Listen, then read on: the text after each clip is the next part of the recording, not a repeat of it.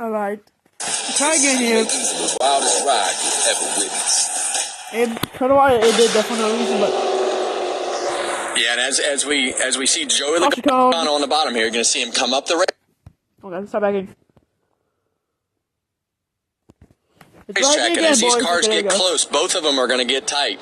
You see the flames come out of the pipe of Joey Logano's car, and those cars are almost stuck together. They aren't stuck together, but from an aero standpoint, they are stuck together and just want to go straight.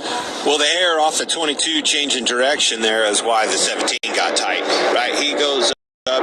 It was pretty obvious to me that he was trying to fill that gap, slow the block, slow the run by Buescher. And as soon as he moved, not only did he get tight, Buescher did as well. Yeah, and you see him sliding down the back straightaway here. The 11 car had a lot of contact, but you're going to see Joey Logano come up, and when he gets behind this 12 car right here, that's when the thing takes off. You can hear him lifting before the contact. And that's what we've been talking about all day. Is when these cars get behind one another, they just lose all that front downforce, and the front tires take off. And as soon as he got up the racetrack like he wanted to, he got behind that 12 car, and watch this thing. He's going to have the wheel cranked to the left and just straight. There we go. The hands never even checked up. It was just turn left, and the arrow just got so bad right there on the front of this car that it just wouldn't turn.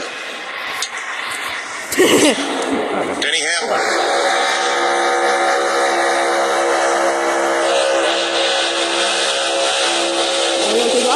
Buescher got to the wall. Buescher got to the wall. He called the red guy right behind him. That air is so important, and you could see it firsthand right there with Buescher. As soon as that 22 car moved in front of him, he went to move, and that thing was along for the ride. This is Chris Buescher. And the line he goes. Oh. Wow. Hit though. And from on board the BuildSubmarines.com cam. Yeah, you can do it. And it was Buescher. Oh, he's right. Pretty frustrated there. What was that? For Chris Buescher. You could see him looking down, too. He knew he was in trouble with that 22 coming up the track. Look at, I hear you, look at that. Bummer. That's a bummer for that fan right there. So you see this 160. Hate that for Chris Buescher, for both of them, really. Joey Logano, he was going to be a factor if he could get this thing to the end. Has been. Daytona was the same way. Crashed out going forward on the backstretch. So Logano has been towed to his pit. Brad Keselowski missed the 11 by about the thinnest slice of bread you could imagine. Okay, Mike. 22 almost destroyed both of his cars. No, I'm saying the 6 just barely got through there. It was a near miss. Well, next Sunday on Fox, the NASCAR Cup Series heads for Las Vegas. Next America's Best Drivers in an all-out battle for the checkered flag, beginning with the pre-race at 3 Eastern, and the engines fire at 3:30, only on Fox. Going to be another good one out there. Fast racetrack.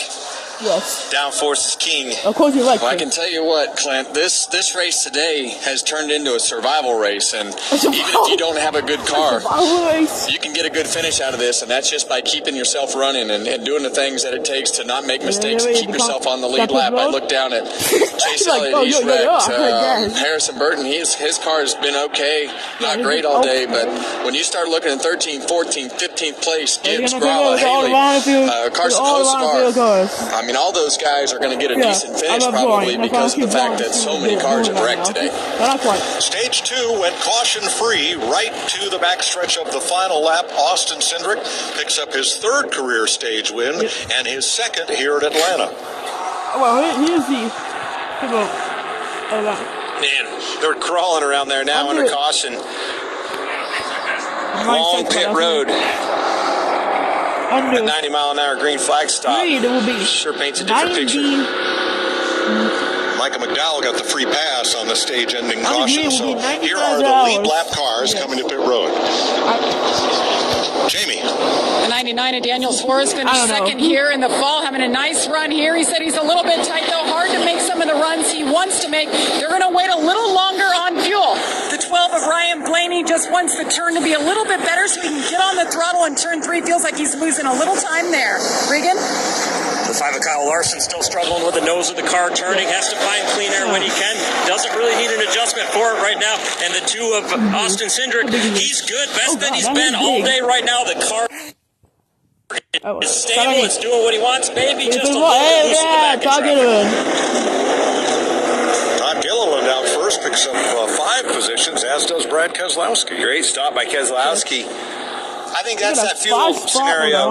Who had to wait on fuel and who didn't? Speaking of wait, oh my gosh, long wait on the 5 car. 3-car pile up at the end of stage 2 takes out Joey Logano and involves Chris Buescher and Denny Hamlin. I love your dress. Oh, thanks.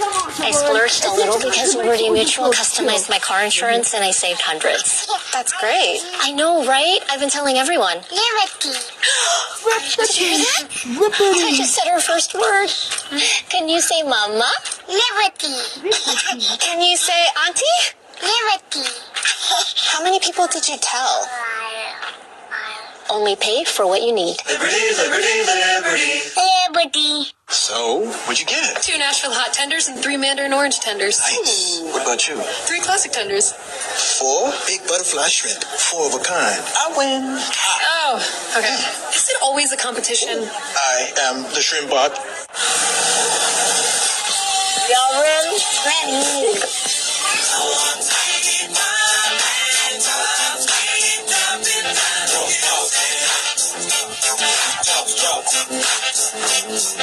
When my doctor gave me Breasttree for my COPD, things changed for me. Breasttree gave me better breathing, symptom improvement, and reduced flare-ups. Breasttree won't replace a rescue inhaler for sudden breathing problems. It is not for asthma. Tell your doctor if you have a heart condition or high blood pressure before taking it. Don't take Breasttree more than prescribed. Breasttree may increase your risk of thrush, pneumonia, and osteoporosis. Call your doctor if worsened breathing, chest pain, mouth or tongue swelling, problems urinating, vision changes, or eye pain occur. Ask your doctor about Breasttree.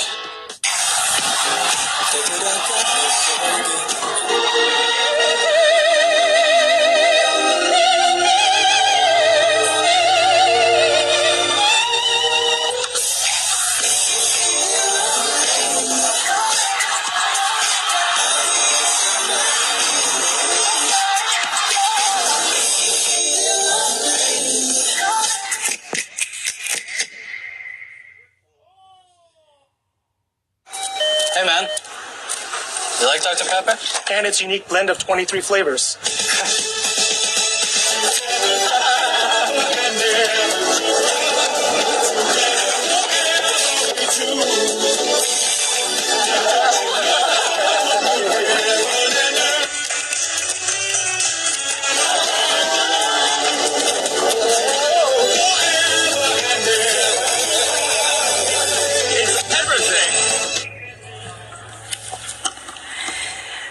Back here in the Race Day studios, Shannon and Jamie getting ready for the start of stage 3. 28 lead changes so far in this wild race in Atlanta. Maybe a little crazier for Joey Logano, who started, or qualified, I should say, on the front row.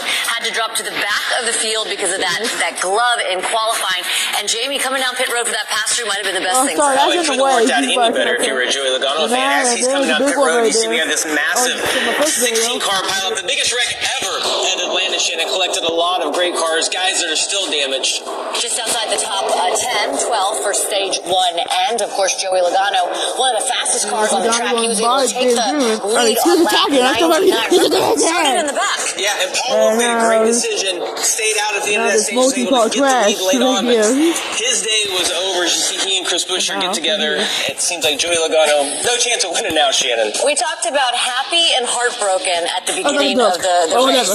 Today. He really was heartbroken right now for Joey Logano. Had one of the fastest cars. Still on pit road working on that race car. Mike, we'll throw it back to you for stage 3. Yeah. Thanks, Shannon. How about we take a look at today's Credit One Bank ones to watch? Clint, who you try on? This number 6 car. It's been 99 races since Brad Keselowski has put that baby in victory lane. I like it, Kingsville Iron Roll. Who doesn't? I think you're going to see that baby in victory lane. I like Todd Gilliland. He's been up front the whole race. He ran up front at Daytona, and I think it might be a day that he contends for his first win. Put some peanuts on that roll. Peanuts on that roll? You know, you're going to get Mike. Hooters because that's Chase Elliott. Let's just fill this up. Chase Elliott didn't qualify well. They changed an engine sensor, so he had to start in the back. He got involved in the wreck at lap 6. Been working on it, getting back to the front. Now he's in the top 3. Can George's favorite son pull this off? Don't you know Chris Myers does all the jokes around here? Hey, hats off to those guys. That car is beat up pretty bad, and they've been working hard on that thing. They've been under the hood, Kevin. They've patched the left front up. A lot has happened for that car to be running as well as a lot is an understatement. Yeah. We have torn up a lot of race cars. We've had a lot of things go wrong. We've had speeding penalties. We've had chaos. So just keeping it clean today might be the recipe for a win. And I've got nearly 100 laps to go. Let's check with Regan. Well, Mike, a little bit more chaos down here on pit road. The 5 car of Kyle Larson had to come back in for a second pit stop on the initial stop when they came in to try and change 4 tires. They could not get the left rear tire off. They finally decided to send him, went back around, came back in just a moment ago. They were able to get that left rear tire off finally, but you see there, the nut was almost welded onto it. They couldn't get it off and had to restop again. So the cars involved in the accident all pitted early, as you would do before pit road is open to get more work done. Penalties there. Michael McDowell pitting outside the box. Look at Elliott. Good damage. There's just, I don't even know what's in the air today. We don't have the sun's still out. This is the biggest difference. We've seen this racing. They really started to get spread out on those longer runs, and all of a sudden, halfway through that last run, you look over your shoulder like, what's going on here? They're all grouped back up. They were lifting and things like that. But the cloud cover, this track cooling off, gaining grip is enabling these guys to put on an even bigger show. But who guess who's in there? So Todd Gilliland is your leader. Joy. We listened in on his radio. Or in this top 10 right here. You know what I mean? We're in a game of fuel right here. We got to pick our poison, but track position, clean air, we control the race. We'll see how this shakes out right here. Ryan Briganti, the crew chief. Britt Anderson, the spotter. For Todd Gilliland. Yeah, and we see Denny Hamlin right there. He's going to line up P3. He was in the wreck, Kevin. We saw him in the wreck, and I think that shows you how durable these cars are. I mean, we saw the hood pop up and everything that's happening, but look at Chase Elliott's car. I mean, that thing has Bear Bond all over it.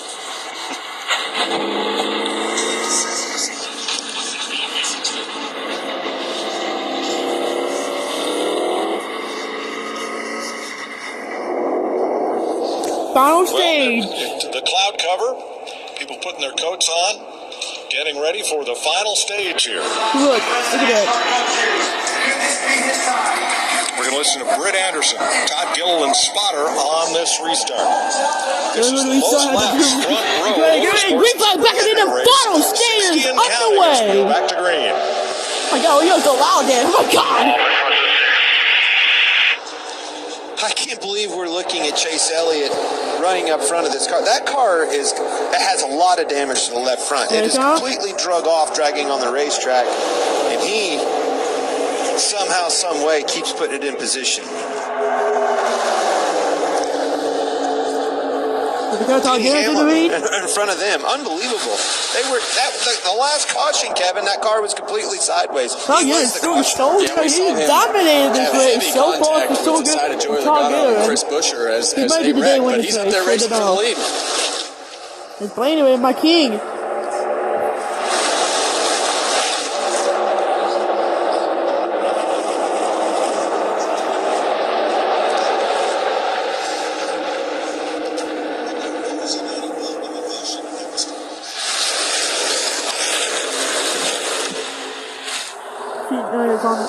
It did it again. Oh my God! So we see Todd Gilliland leading the race here, and the energy in this pack, Clint, is going to be different compared to what it was before we went to the stage break there because of the fact that we have all the cars back together.